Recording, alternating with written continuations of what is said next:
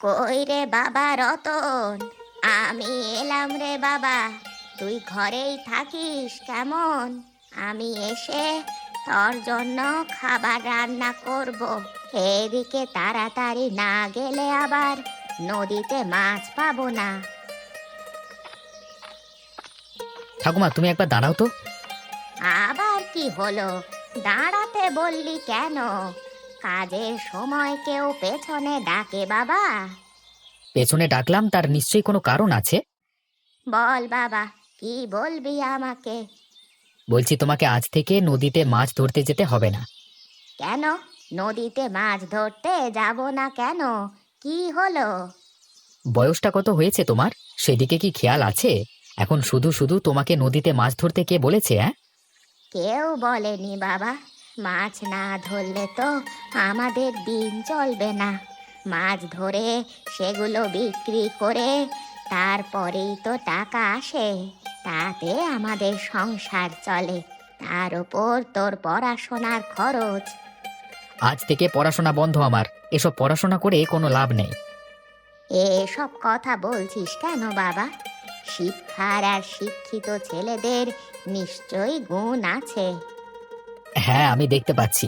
পাড়া দিয়ে হাঁটাহাঁটি করলে শুধু একটা কথাই কানে আসে, আমি নাকি আমার বৃদ্ধ ঠাকুমাকে দিয়ে কাজ করাচ্ছি। নিজে কাজ করবার কোনো রকম গতর নেই।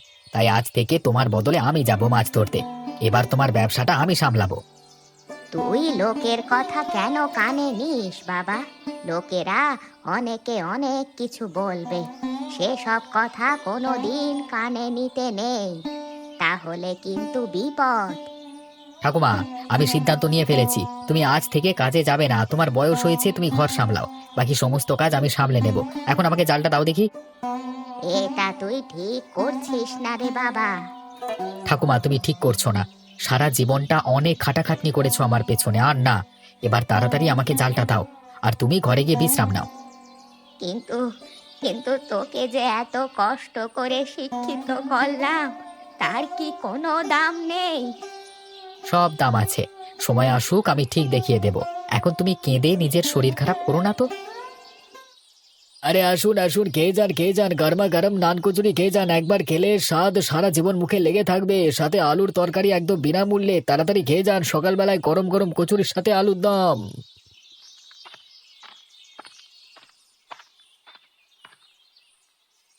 এই চলে এলাম ভাই। তুমি আমাকে এখন তাড়াতাড়ি গরম গরম কয়েকটা নান কচুরি দিয়ে দাও তো, খেয়ে পেটটা ভরিয়ে কাজে চলে যাই। হ্যাঁ দাদা, তুমি বসো ভেতরে, আমি তোমাকে দিচ্ছি। এই নিন দাদা, আপনার খাবার। আপনার কাছে একটা অভিযোগ আছে আমার। হ্যাঁ বলুন না, কি অভিযোগ? আপনি প্রতিদিন সকালবেলা এখানে খাবার খেতে আসেন, কিন্তু দুপুরবেলা তো আমাদের ভাতের আইটেমও থাকে। সেগুলো খেতে আসেন না কেন বলুন তো? আমাদের তো খাবারের দাম অনেক সাশ্রয়ের মধ্যে। তাহলে আসলে কি জানো তো, আমার মনের মতো তরকারি ঠিক এখনো হয়নি, সেই কারণে আমি খেতে আসতে পারি না। আপনার পছন্দের তরকারি কি? কি খেতে ভালোবাসেন আপনি বলুন তো? হ্যাঁ, খেতে তো আমি অনেক কিছু ভালোবাসি। সেসব বলে আর লাভ নেই, কারণ আমার পছন্দের খাবার করলেই তো তোমার হোটেল চলবে না। আপনি এই কথা বলছেন কেন? খদ্দেরদের ইচ্ছে পূরণ করাই তো আমাদের কাজ। আসলে আমার পছন্দের খাবারের ব্যাপারে গোপালদাকে একসময় বলেছিলাম। জানি না গোপালদার মনে আছে কিনা। আচ্ছা বেশ, আপনি খান। আচ্ছা, একটা কথা বলো তো। ওই যে উনি খাচ্ছেন, ওই ভদ্রলোক তোমাকে কিছু বলেছিলেন? কি ব্যাপারে কথা বলছো বলো তো? উনি কি তার কোনো প্রিয় খাবারের কথা রান্না করতে বলেছিলেন আমাদের হোটেলে? ও হ্যাঁ হ্যাঁ, উনি বলেছিলেন আমাদের হোটেলে নাকি ইলিশ মাছ পাওয়া যায় না, সেই কারণে উনি আমাদের হোটেলে দুপুরবেলা খেতে আসেন না। আচ্ছা, এতক্ষণে বুঝেছি। সত্যিই তো, মানুষ যখন চাইছে তখন দুপুরবেলা ইলিশ মাছের একটা আইটেম করলে ভালো হতো না? গিন্নি, তুমি ভুলে যাচ্ছ। আমরা হোটেল করবার আগে প্রতিজ্ঞা করেছিলাম যে আমরা হোটেলে সুলভ মূল্যে মানুষদেরকে খাবার বিতরণ করব। কিন্তু এখন যদি আমরা ইলিশের আইটেম শুরু করি, তাহলে খাবারের দাম এমনিতেই বাড়াতে হবে। তুমি ঠিকই বলেছ। বাজারে তো ইলিশ মাছ আর কম দামে পাওয়া যায় না। সেই কারণেই কি তুমি ইলিশ মাছের কথাটা এড়িয়ে গেছো? একদমই তাই, কিন্তু কি করব বলো? তাই জন্য তো অনেক খদ্দের আমার হোটেলে আসে না দুপুর বেলায়। যাদেরকে এখন সকালবেলা খেতে দেখেছো তাদের অর্ধেক হয়তো অন্য হোটেলে খেতে যায়। তুমি একটু ভেবে দেখো না, যদি কোনো উপায় বার করতে পারো তাহলে তো খুব ভালো হয়। হ্যাঁ, ভাবাভাবির কিছু নেই, ওপরওয়ালা যদি সুযোগ দেয় তাহলে অবশ্যই সবকিছু হবে।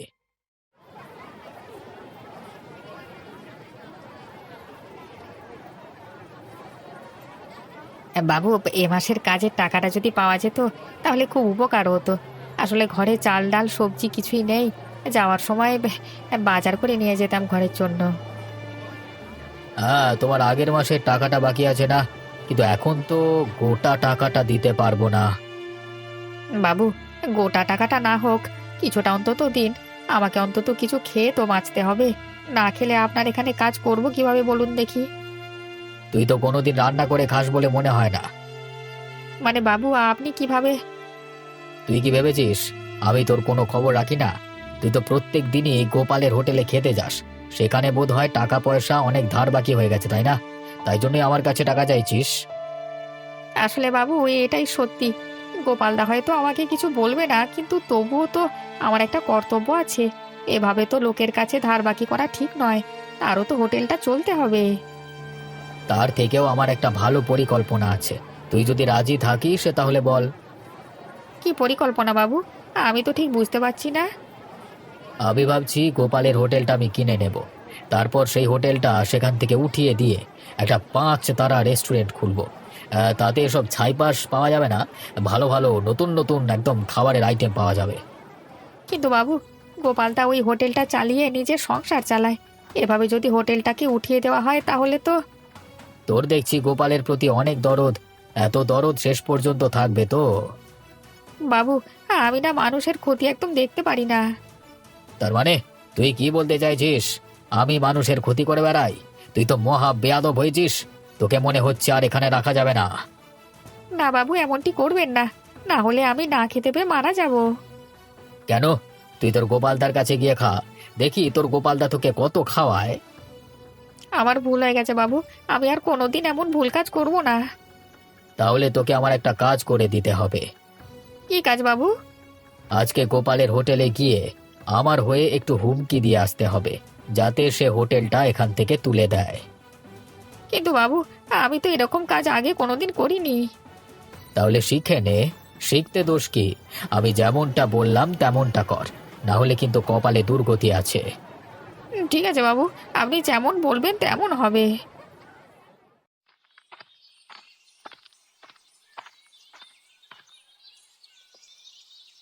কোথায় গেলে ঠাকুমা? আমি চলে এসেছি আমার কাজ সেরে।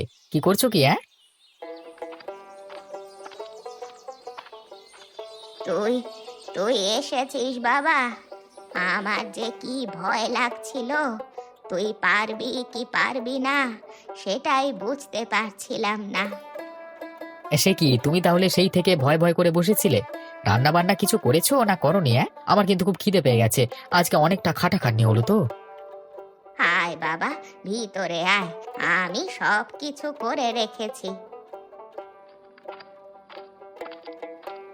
তা বাবা, আজকে কটা মাছ ধরলি? ধরেছি বেশ কিছু। আসলে প্রথমবার তো, বেশিরভাগ সময়টাই জালে এসেও মাছগুলো আবার জলে পড়ে যাচ্ছিল।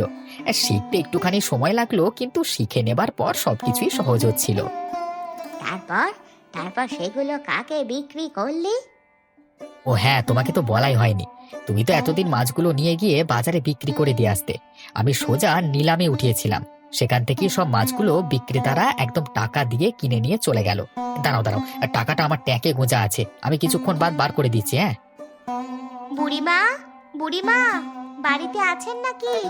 কেউ আছেন বাড়িতে? বাইরে থেকে মনে হচ্ছে কেউ ডাকছে তোমাকে। গিয়ে দেখো তোকে।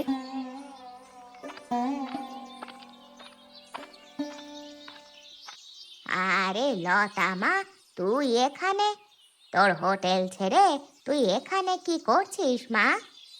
বুড়িমা, তোমার সঙ্গে একটু দরকার ছিল। তোমার কি এখন হাতে সময় আছে? হ্যাঁ হ্যাঁ, সময় আবার থাকবে না কেন? তুই আয়, ভিতরে আয়। না না, ভেতরে যাব না। আচ্ছা শোনো বুড়িমা, আমি ভাবছি আমাদের হোটেলে এরপর থেকে ইলিশ মাছের কিছু আইটেম রাখবো। তো তুমি আমাকে প্রত্যেক দিন যদি 5টা করে ইলিশ মাছ দিয়ে আসতে তাহলে খুব ভালো হতো। ব্যাপার কি জানিস, আমি আজ থেকে মাছ ধরা বন্ধ করে দিয়েছি। সেই দায়িত্বটা নিয়েছে আমার নাতি। কিন্তু একটা কথা বল, মাত্র 5টা ইলিশ মাছ দিয়ে কি হবে?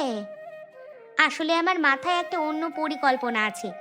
যদি আমি এমনি ইলিশ মাছের কিছু খাওয়াতে চাই তাহলে কিন্তু দাম অনেক পড়ে যাবে। অত দাম দিয়ে মানুষ খাবে বলে তো মনে হয় না। তাই জন্য আমি ভাবছি ইলিশ ভুনা করব। একটা মাছের 8টা টুকরো করে প্রথমে মানুষকে খাওয়াতে শুরু করব। তারপর দেখি তারা যদি দাম দিতে ইচ্ছুক থাকে তখন অন্য ব্যবস্থা করা যাবে। বাহ, এ তো দারুণ ব্যাপার। এবার একটু শীত পড়তে চলেছে, এখন যদি এই আইটেম করতে চালু করিস তাহলে কিন্তু মানুষ একেবারে চেটে পুটে খাবে। তাই যেন হয় গো বুড়িমা। তবে তোমার কাছে পাবো তো ইলিশ মাছ?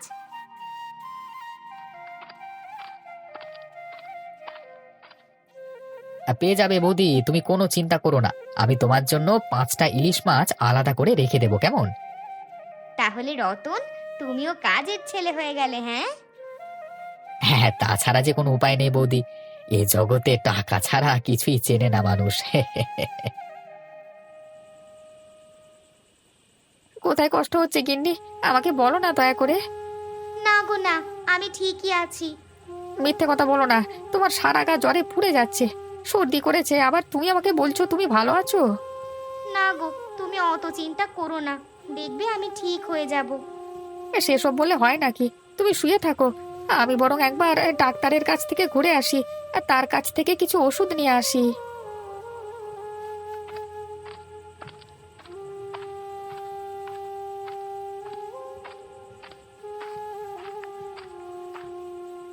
ডাক্তারবাবু আছেন? কে? ভেতরে এসো। আরে নরেন যে, তা কি ব্যাপার হলো আবার? আমার গিন্নির শরীরটা অনেক খারাপ, জ্বর আর সর্দি, একদম উঠতে পারিনি, বিছানায় শুয়ে আছে। আরে না না, এখন জ্বর সর্দি বেশি দিন রাখা যাবে না। হয় নিউমোনিয়া, না হলে জন্ডিস হয়ে গেলে অসুবিধা আছে। আমি তোমাকে কিছু ওষুধ লিখে দিচ্ছি, তুমি আজকের মধ্যে কিনে নিও। আপনাকে কত দিতে হবে বাবু? দোষ, যাও যাও, ওষুধগুলো কিনে নাও।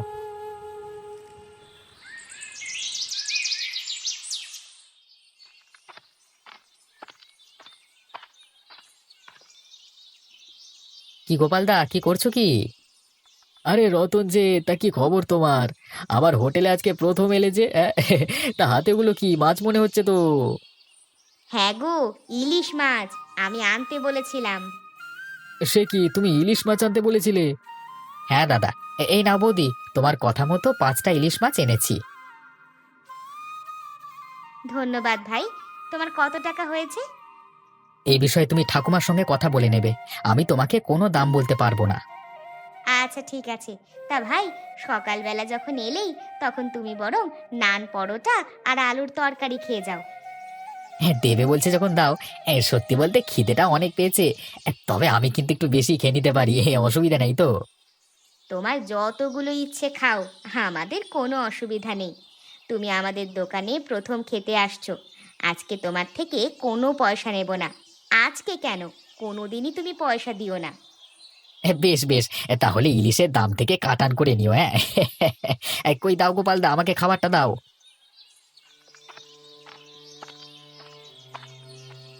কি হলো নরেন, তুমি কাজে না গিয়ে এখানে কি করছো? বাবু, আমার কিছু টাকার দরকার ছিল। তার মানে, এই তো কালকে তুমি টাকা নিয়ে গেলে, আজকে আবার কিসের জন্য দরকার? আমার কাছে কি টাকার গাছ আছে নাকি? বাবু, গিন্নির শরীরটা খুবই খারাপ, কালকে ডাক্তারবাবু কিছু ওষুধ কিনতে দিয়েছেন, কিন্তু সেই ওষুধ কেনবার মতো মানে। টাকা নেই তাই তো? আচ্ছা নরেন, তোকে তো আমি একটা কাজ দিয়েছিলাম, সেই কাজটা কি তুই শেষ করেছিলিস? না বাবু, করা হয়নি। তাহলে তুই নির্লজ্জের মতো আমার কাছে টাকা চাস কি করে?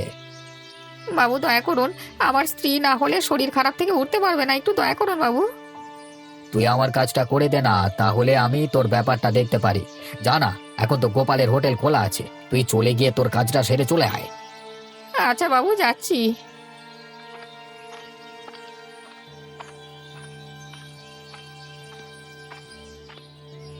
আরে নরে না আয়, তা কি খবর বল? একটু দুঃখী দুঃখী মনে হচ্ছে, কিছু হয়েছে নাকি? গোপালদা, ওই জওহরলাল শেঠের তোমার হোটেলের উপর নজর আছে। আমাকে জোর করে তোমার কাছে পাঠিয়েছে তোমাকে হুমকি দেওয়ার জন্য।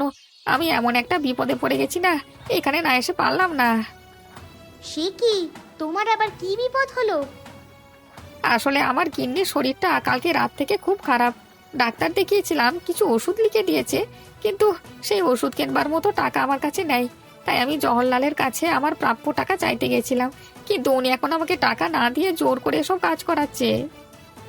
না না, এই তো খুবই খারাপ কাজ। জওহরলাল লোকটা যে খুব বদমাইশ সেটা আমরা আগে থেকেই জানতাম। ওসব কথা বাদ দাও তো। এখন তোমার কত টাকার প্রয়োজন সেটা বলো তো। না বৌদি, মানে আরে তুমি লজ্জা পেও না, তোমাকে যেটা জিজ্ঞাসা করলাম সেটা বলো। কত টাকা প্রয়োজন তোমার? আমার ওই 400 টাকার মতো প্রয়োজন। ঠিক আছে, তোমার ভয়ের কিছু নেই, আমি তোমাকে সেই টাকা দিয়ে দিচ্ছি। তুমি তোমার স্ত্রীর জন্য ওষুধ নিয়ে ঘরে যাও। তোমাকে অসংখ্য ধন্যবাদ বৌদি। তোমরা যে আমাকে সাহায্য করবে আমি বুঝতেও পারিনি। আরে ধন্যবাদ দিতে হবে না, তোমার স্ত্রী সুস্থ হয়ে যাক এটাই আমরা চাই।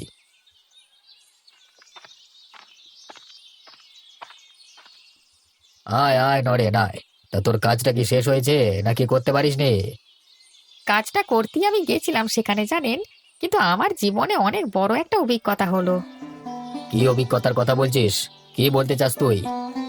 আসলে যাদেরকে আমি হুমকি দিতে গেছিলাম তারাই উল্টে আমার স্ত্রীর ওষুধ কেনবার জন্য সাহায্য করলেন, জানো। তার মানে তুই কি বলতে চাইছিস? আমি বলতে চাইছি, আমি আর কাল থেকে আপনার কাছে কাজে আসতে পারবো না। আমার কাছে কাজে না এলে খাবি কি রে এই গর্ধব? শেষকালে না খেতে পেয়ে মরে যাবি যে।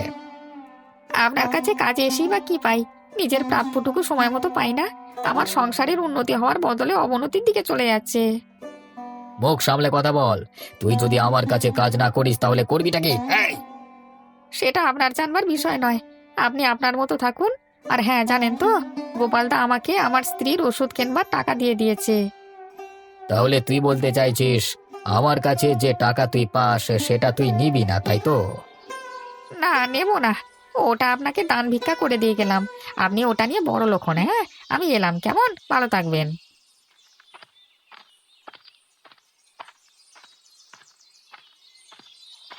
আরে গোপাল, সকালবেলা দেখে গেলাম রতন তোমাকে ইলিশ মাছ দিয়ে গেল। তা ইলিশ মাছের কিছু পদ রান্না করেছো নাকি? হ্যাঁ, তোমরা তো বললে ইলিশ মাছ ছাড়া কিছু খেতে ভালো লাগে না, তাই জন্য তো আজ থেকে ইলিশ মাছ নেওয়া শুরু করলাম। আজকে করেছি ইলিশ ভুনা, তা খাবে নাকি? হ্যাঁ অবশ্যই, এই দিন দেখবার জন্য কবে থেকে অপেক্ষা করছিলাম। অবশেষে আমার চাওয়া আজকে পূর্ণ হলো। সত্যি আমি ভাবতে পারছি না যে এমন একটা হোটেল যে খরিদ্দারের ইচ্ছে পূরণ করে। হ্যাঁ আপনি বসে পড়ুন দাদা, এক্ষুনি আপনাকে গরম গরম ভাত আর ইলিশ ভুনা দিয়ে দিচ্ছি। আরে গোপালদা, শুনলাম তোমার দোকানে নাকি ইলিশের নতুন পদ রান্না হয়েছে। হ্যাঁ দিদি, আজ থেকেই ইলিশের নতুন পদ রান্না শুরু করেছি। আসলে এই জিনিসটা তোমার দোকানে ছিল না বলে আমরা দুপুরবেলায় খেতে আসতাম না, কিন্তু দুপুরবেলায় অন্য হোটেলে খেতেও খুব একটা যে ভালো লাগতো তা নয়। তোমার কাছে যে এরকম আপ্যায়ন পাই, সেই রকম আপ্যায়ন আর অন্য কোথাও পাই না গো। এটা আমারই ভুল। আমারই জানা উচিত ছিল যে তোমরা যারা এখানে খেতে আসো তাদের কি কি জিনিস পছন্দ। তা এখন কি হবে ইলিশ? হ্যাঁ, হবে না কেন? তাড়াতাড়ি বসে পড়ো। আসলে আজকে বেশি ইলিশ মাছ নিইনি তো, মোটে 5টা নিয়েছিলাম, কিন্তু এখন দেখছি বেশি বেশি করে নিলেই ভালো হতো। মানুষের চাহিদাটা অনেক বেশি তো। ঠিক আছে গো, তুমি আমাকে খেতে দিয়ে দাও। এই শীতের দিনে একেবারে ইলিশ ভুনা দিয়ে অনেকগুলো ভাত খেয়ে নেব। হ্যাঁ দিদি, তুমি ভেতরে গিয়ে বসো, আমি এক্ষুনি তোমাকে খেতে দিয়ে দিচ্ছি। কই দাও, ভাতটা দিয়ে আসি। দাঁড়াও দাঁড়াও, আমি এদিকটা সামলে নিচ্ছি। তুমি একবার বরং বুড়িমার ঘর থেকে ঘুরে আসো। কেন বলো তো? ওদেরকে বলে এসো আমাদের কাল থেকে আরো বেশি পরিমাণ ইলিশ মাছ চাই। এ কটা ইলিশ মাছে হবে না। ঠিক আছে, আমি তবে এখনই চলে যাচ্ছি। ঠাকুমা, আমাদের আরো কিছু ব্যবসা করতে হবে বুঝলে। ভাবছি কালকে কয়েকটা কুমড়ো গাছের চারা এনে ঘরের পাশে লাগিয়ে দেব, তুমি সেগুলো পরিচর্যা করবে, কেমন? ঠিকই বলেছিস বাবা, আমি তো সারাটা দিন ঘরে বসেই থাকি। দুটো চারা গাছ থাকলে বরং আমি সেগুলোকে বড় করতে পারবো।